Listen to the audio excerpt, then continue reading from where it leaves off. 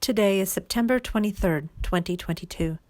In Lubbock, Texas, it is 84 degrees, and we've left the studio to visit with folks at the Adult Activity Center on 19th Street across from the high school where Buddy Holly graduated. Here, a lunch of hot dogs and baked potatoes is being served in the main room, and we're tucked away in the space where book clubs and dog therapy sessions might take place on another day. Meanwhile, as today's history shapes itself, this is the untold story of Dwight Newsome, born on June 15th of 1947 in Chico, California. His is a story of moving to Lubbock for a job at the Coca-Cola Bottling Plant, finding and losing the love of his life, and developing an abiding and lifelong appreciation for the study of history. Thank you for sitting with us today. Could you introduce yourself? My name is Dwight Newsome. I live in Lubbock, Texas. And where were you born? I was born in Ontario, California, back in June 15th of 1947. And how long have you lived in the South Plains? Since 1960. Okay. Can you describe what you remember about either your hometown or here when you moved here? Oh, it seemed like it was a lot smaller in those days. And there were no one was selling liquor in the stores. All liquor was sold out on the strip. And you had to really be sneaky to get any kind of alcoholic beverage into game from Texas Tech or for Texas Tech. How did you manage to do it? Oh, well, I'm a non-drinker, but I knew people who were, and they would bring their wives might have big purses, and they would have cans of beer and perhaps a bottle of something and get a Coke from a stall, the beverage stands or whatever, and then it would get mixed and all that sort of thing. And sometimes they'd leave early, the Texas Tech games. Sometimes they'd stay longer, depending on how Tech was playing, because you could never predict how Tech was going to play. Because Tech would win games they were supposed to lose, and lose games they were supposed to win. And sometimes it was like there was just two teams of ghosts out there. They'd fight each other to a draw, just about. Are you a big football fan? No, not really. But you watch Tech games? I follow the season, because if I ever get too enthusiastic about a Tech season, they can drop dead. They've won 5 games in a row several times, and you think they're going to go to a bowl game for certain, but all of a sudden it's like the team spirit just fell apart or dropped out, and the morale just falls off. Mm-hmm. Can you tell me what your earliest memory is? My earliest memory, I was listening to my father, listening to the radio in his bedroom, because the Korean War was just coming to an end, and we were listening, and we were saying, "Hooray, hurrah! It's over! It's over!" And the killing was over, and the fighting was over, and Eisenhower brought peace to Korea, and we were all happy about that. Did you or anyone in your family ever serve in the military? Oh, I had a half-brother who served in the military. He served 4 years in the Marine Corps in the 1930s, and then he served in the United States Army from about 1942 to about 1962 or 63. He fought in North Africa, Sicily, Italy, Normandy, 101st Airborne, the Battle of the Bulge. And then he served with the 11th Airborne on the dropping of the airborne troops onto there was an island in Manila Bay, Corregidor. He dropped with, I believe it was the 11th Airborne Corregidor. And he managed to survive all that, and he fought in the Korean War for 1 year. From from the Nakong in South Korea to the Yalu in North Korea, and all the way back to the Central Korea again, and then back north again. What do you remember from the Second World War? Well, I don't remember anything except from what I've read. Mm-hmm. Okay. From the Second World War, the United States, the attack on Pearl Harbor, the Germans declared war on the United States on December 11th, 1941, and the United States Congress returned the favor. And we were, on December 6th, 1941, the United States was at peace. A week later, and we were at war with the world. And Franklin Roosevelt, from what I've read of the textbooks, had every intention of getting the United States into World War II, even though he claimed loud and long that he didn't. Mm-hmm.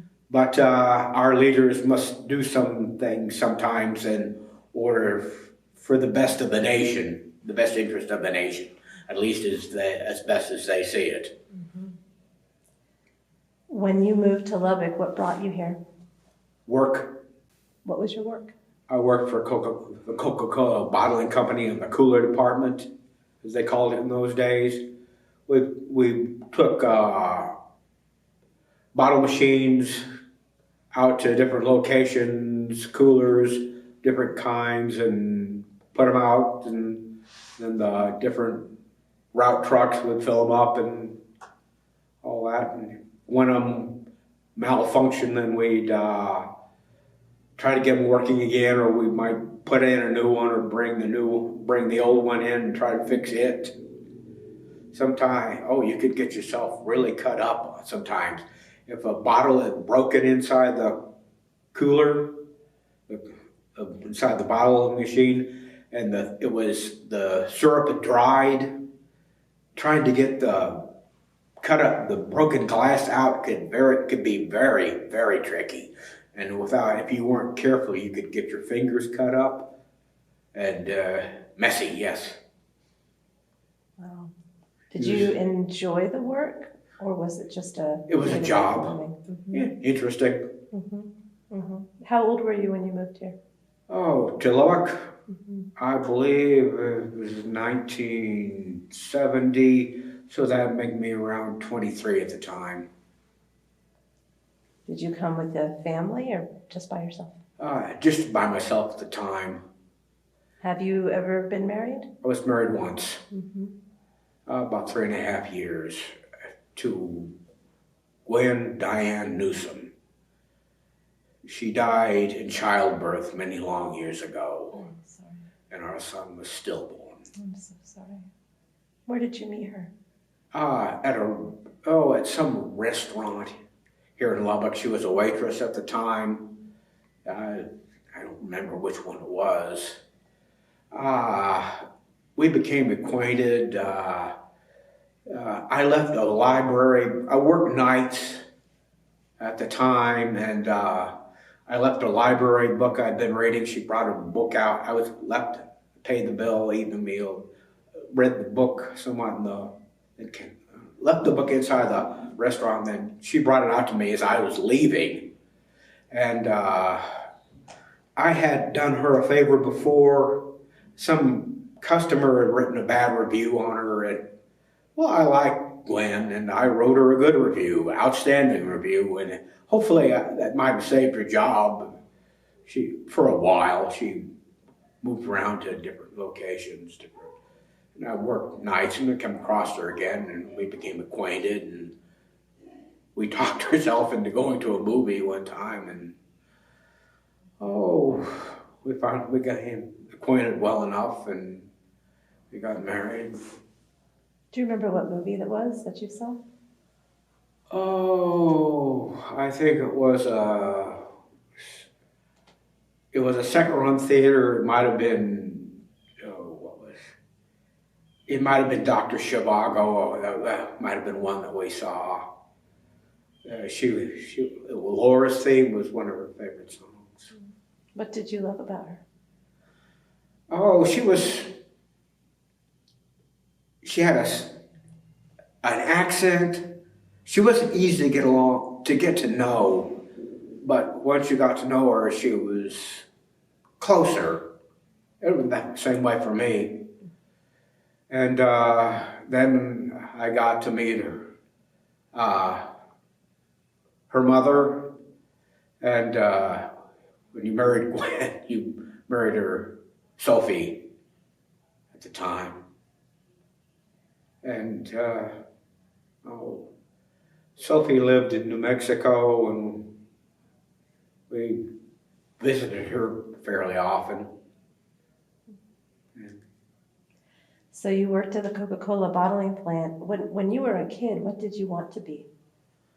Oh, a fighter pilot, a sailor, or just get a job and work, and nothing in particular. No. Was Coca-Cola your first job? Yeah. Wonderful. Did you go to college? I was exposed to a couple of years of college, South Plains College in Levelland, Texas. What were your favorite classes? Computer programming, Fortran, Easy Coder, 1401, IBM 1401, and IBM 360. Those are museum pieces now. And it seemed like a good thing at the time. But trying to get a job in those areas, you needed a degree, and I hadn't quite gotten a degree yet. And I needed to, my parents were encouraging me to move out and go on out on my own. Did your family stay back in California? No, they lived in Levelland. My parents died in Levelland. They're buried over in Levelland Cemetery. When you were a kid, did you have any nicknames growing up? Oh, Buzzy. Buzz. Dwight. For a while, Half Pint. Who gave you that nickname? Oh, one of the neighborhood kids. Was it meant in fun, or was it more like just... It could come in two directions. It could be sort of, it could be teasing, but it could be easy teasing, or it could be a harder kind of teasing. You know, if you know how kids can be. And of course, but kids were different in those days, I think. They're just a bit more civilized, perhaps. Parents had a lot more authority, had a lot more moral authority in those days than they have these days now. What games did you used to play with the neighborhood kids? Oh, baseball or stickball. Play hide and seek sometimes. Hopscotch. My sister would draw a pattern on the sidewalk with chalk, and we play hopscotch, and watch television, listen to the record player, play music. What was your favorite kind of music? Oh, maybe music from movies. Oh, that sort of thing. Who taught you to ride a bike? Oh, I think one of the neighborhood kids. And I had the skin knees to prove it too. Where did the bike come from? Oh, I think it was one of the bikes he had when he was younger. I think it's about a 14, 16-inch wheels. And it was an old-fashioned where you applied the brakes by reversing the pedals and all that sort of thing. We're riding all over Chino, California that way. Who was your best friend when you were young? Oh, it was a neighborhood boy by the name of Wayne. Wayne Street, I think his name was. This long, long time ago. 70 years more. Are you still in touch? No. his family moved in the late 1950s and lost contact. Never did see him again. Who took care of you when you were sick, when you were little? Oh, my mother. Mother stayed home in those days. My dad had one job which paid for the house, the bills, the car, everything else, groceries, clothes. And Mom stayed home and did the meals, cleaned the house. My father, we kept some chickens in the backyard, and he would wring the necks. And they'd run around the backyard, and then my mother would pick them up and boil them in a big pan, big pot, pull the feathers out, burn the pin feathers off, gut them, and then, cut them up and fried chicken. We'd have fried chicken. That's the way it was done in those days. Until my mother found out that you could buy pre-cut up chicken in the supermarket. And that was also part of her, it was also a changing part of life in those days. Like finding bread you could buy in the grocery store that was cut up, and canned biscuits. Until my father and my parents found canned biscuits, my mother would keep a pan of biscuit mix in the cupboard, and every morning she would make biscuits for my father, who'd go to work in the morning. He was a school janitor at the time. And, coffee, eggs, bacon, maybe sausage, biscuits, and that sort of thing. It was just the way it was in the morning. Sounds good. Oh, many long years ago. And went to school every day and came home and did what the teacher said, and no back talk. And yeah, back talk in those days, you could wind up in the principal's office or out in the hallway. And I'm sure you've heard those stories before. Do you have any stories of getting in trouble in school?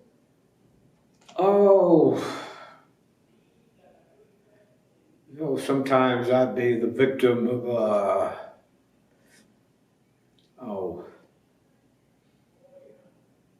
I'd shed some tears, get in a fight, shed some tears, and the teacher tell me to go to the restroom and wash my face and then come back to the classroom. Life went on. Can you describe your first date? My first date?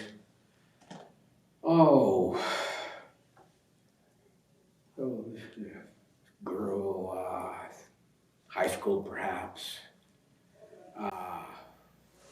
We went to a movie in Levelland, I think it was, at a theater there.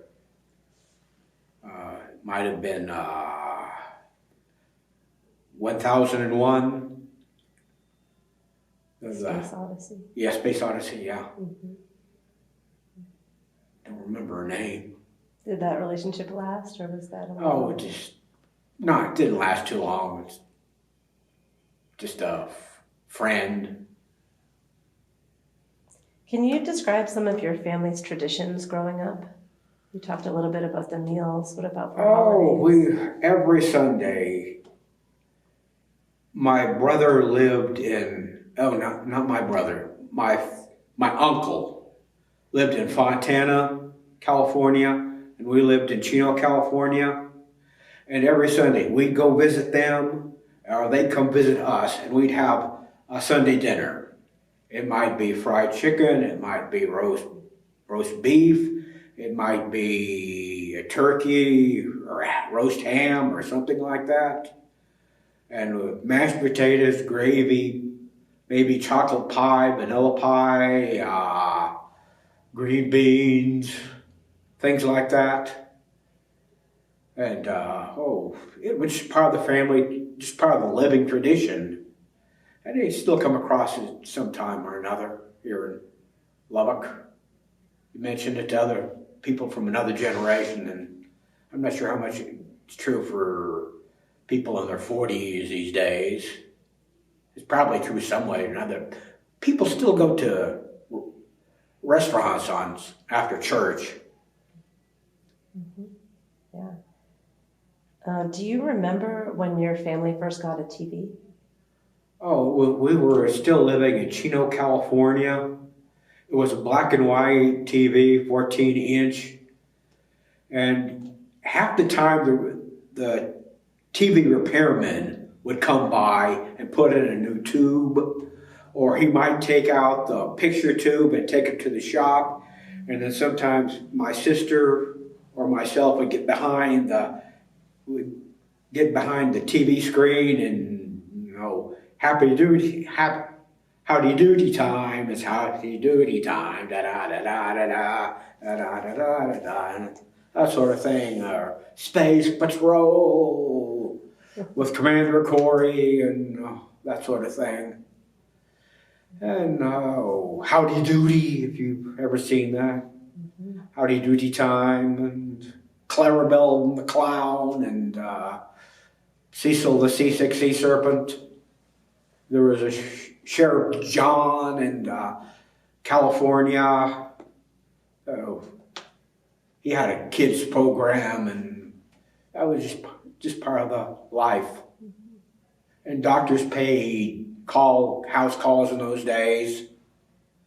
Do you have a significant memory of a doctor making a house call at your house? It was a Dr. Gifford, perhaps.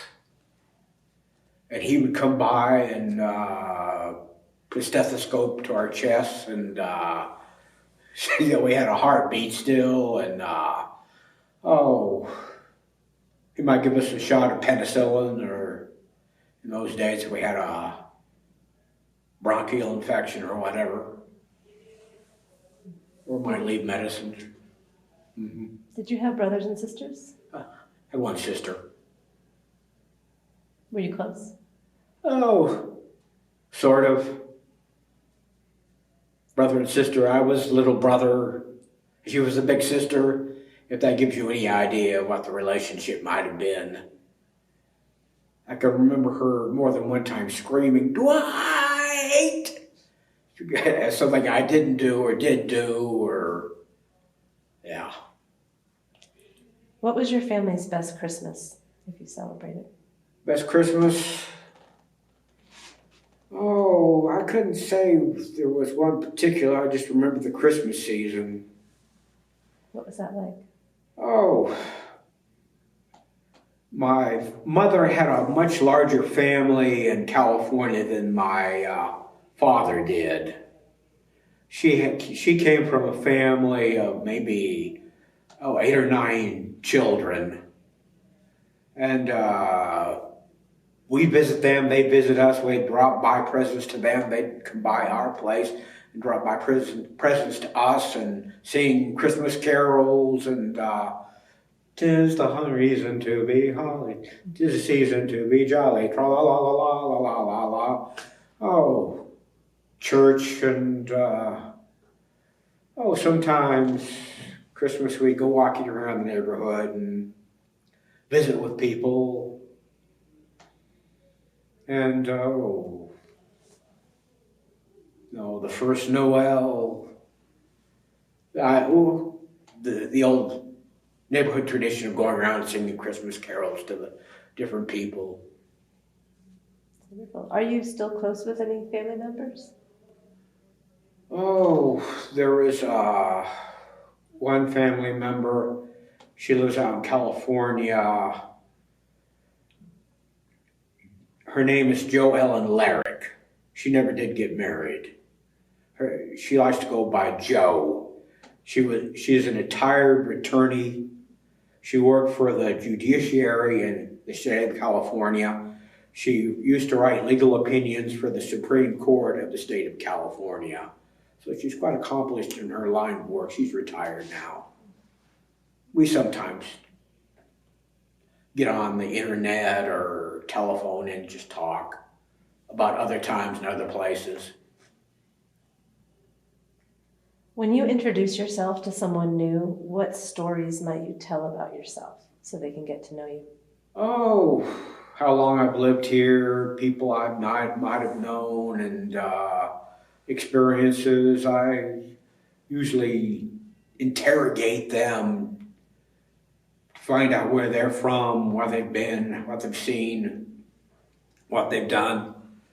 I especially like to talk with people who are born overseas because I haven't had the chance to travel myself very much. And speaking with people from other countries, other places, it's the second best thing because my interest in history my interest in World War II especially gave me a knowledge of geography that a lot of people don't have. Oh, If you could travel anywhere, where would you go? oh, some of the Europe, Normandy, the Bulge, Ardennes, visit some of the cemeteries of American battlefields, especially World War One. There's one cemetery over in the Meuse-Argonne area, which had tens of thousands of Americans dead in battle, killed over there, but they didn't repatriate them in those days. They just buried them. After World War II, there was the chance for American families that had lost someone overseas to ask to have their body repatriated. Half of them did, half of them didn't. There are American cemeteries all over the world. From the Philippines, Manila, there's even an American military cemetery in Mexico City, all places, in North Africa, Sicily, Italy, France, of course, Germany. What was one of the first major global events that you remember? I think you were talking about Sputnik earlier. Oh, the Sputnik. It was a shock to the whole nation that the Russians were able to put this beeping satellite in orbit, and the leaders of the time at first didn't think it was all that big event. But looking up into the sky, and you might actually see the thing overhead, see it reflect the sunlight down, or if you had a radio or shortwave radio, you could hear it beep, and that was a big shock. The United States was supposed to be the world's leading scientific power, and there were the Russians with this satellite in the sky beeping. Duh! And the United States tends to panic. In your own lifetime, perhaps 9/11. Well, the panic for that was perhaps as profound, and it led to the creation of the National Aeronautics and Space Administration, NASA, and several years later, with John F. Kennedy creating the project to put a man on the moon. Do you remember that, the moon landing? Oh, yes. Yeah. John Armstrong or Buzz Aldrin. Buzz Aldrin. Mm-hmm. And Armstrong. Can't quite remember his first name. First man on the moon. One giant step for man, one great leap for mankind, and all that. And of course, that was the time the Vietnam War was going on, and battles, the Tet Offensive. People think that casualties and wars over in Afghanistan and Iraq, 3,000 dead. Oh. At times in the Vietnam War, when the Viet Cong or the North Vietnamese were at their offensive worst, it might be 500-600 dead a week, which was not all that good for morale.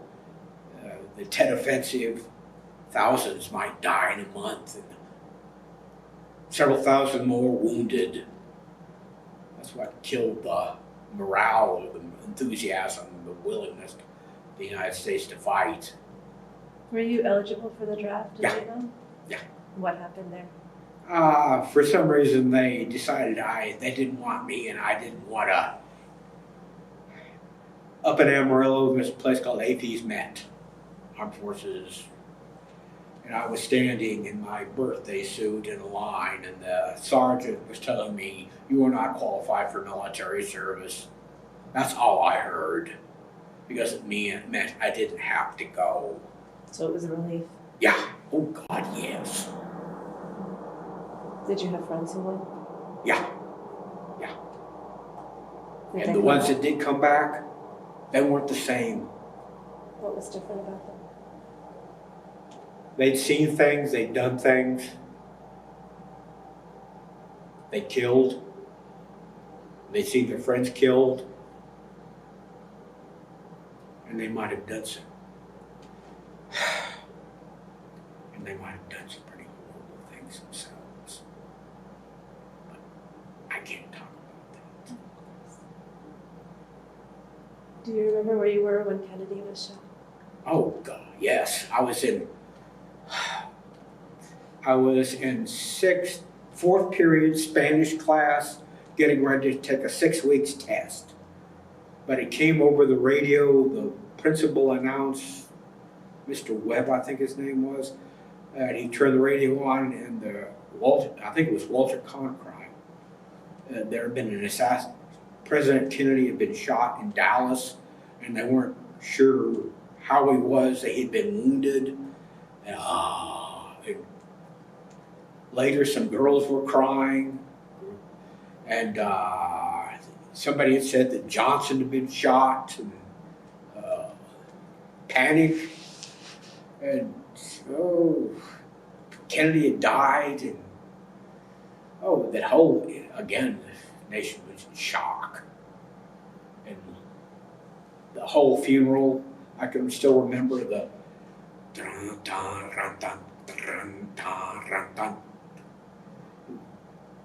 drummers, they had a horse in a parade. The boots were turned backwards in the saddle. Kennedy, it was a shock. Nobody ever expected anybody to take a pot shot at him. And we could go into Lee Harvey Oswald and all that mess. Let's think about a Lubbock specific historical moment. Do you remember the 1970 tornado? Oh yes. Where were you? I was living out on West 19th Street at the time, I think. And I lived here for about 6 months. I was working for Coca-Cola. And we spent the next week tearing down signs that were just sort of lying there. Or they were still on posts. Had to tear them down because they might fall. And tear them down before they fell down. They might hurt somebody. We had to pick up bottle machines.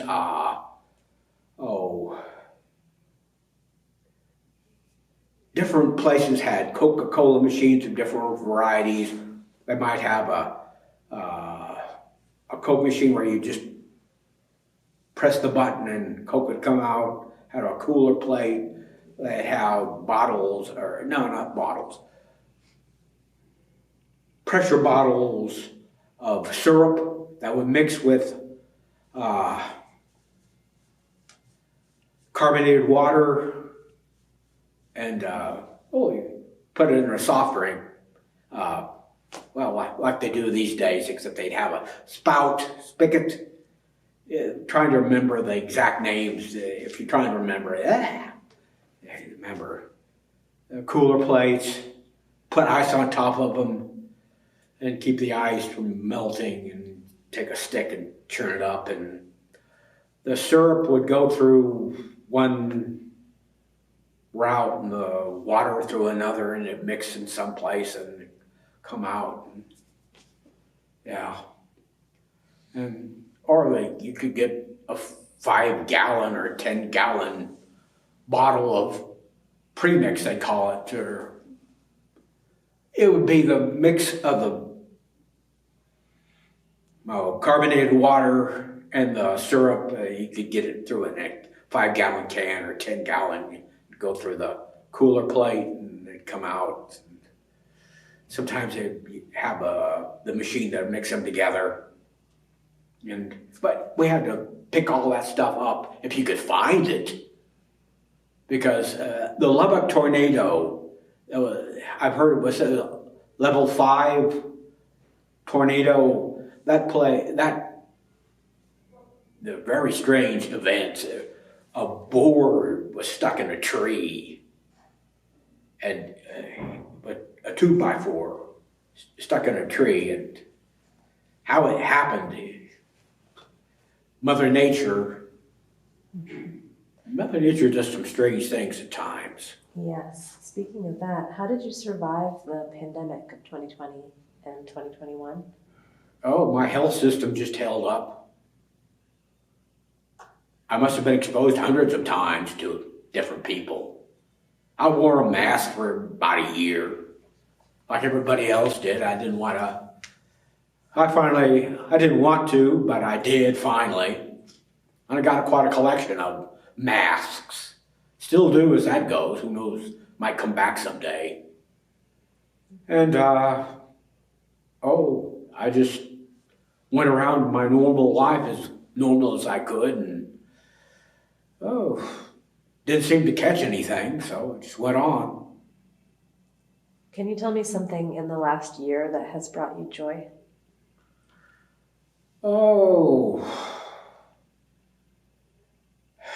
Donald Trump is not president of the United States. Yeah. When that January 6th insurrection and sedition that he plotted and planned, it was against the Constitution of the United States, and he should never, ever run for president again because he was in open revolt. He violated the oath of office that he took. Now, that's just my point of view, and there's a lot of people who still like him. I don't. I never have. I never will. And the longer he did a lot of things in office which probably needed to be done, but that doesn't mean I like him. So this will be our last question for now, but can you tell me something that you love about the South Plains? The change of seasons. There's a summer, fall, winter, spring. You can look forward to the change of seasons without it being too horribly different. People from up north, I say that we have a particular fairly mild climate compared to, say, Wisconsin or Michigan or Maine or even New York or South Dakota, North Dakota, Wyoming, Montana. So you want to be here? Yeah, it's home sweet home. Yeah. It's good enough. Suits me. And I still travel all over the world on the internet, talk to people. A lot of some people still think we have Indians running loose, or that we have people out in the cotton fields picking cotton by hand, of all strange things. And if they're so devoted to some idea, I stop arguing with them and just coax them along. That's strange sometimes. Well, it has been such a pleasure speaking with you, Dwight. Okay. This has been a conversation with Dwight Newsome, a longtime resident of the South Plains for more than 50 years. We'd like to thank him for sharing his story with us, as well as the sponsors of Lubbock's Untold Stories, the Helen Jones Foundation, Inc., and the Department of English at Texas Tech University, as well as our community partners and supporters, Lubbock's Adult Activity Centers, the Louise Hopkins Underwood Center for the Arts, the Osher Lifelong Learning Institute, the Special Collections Library and Sowell Collection at Texas Tech, and Texas Tech Public Media, KTTZ. We hope you'll join us next time for another Untold Story.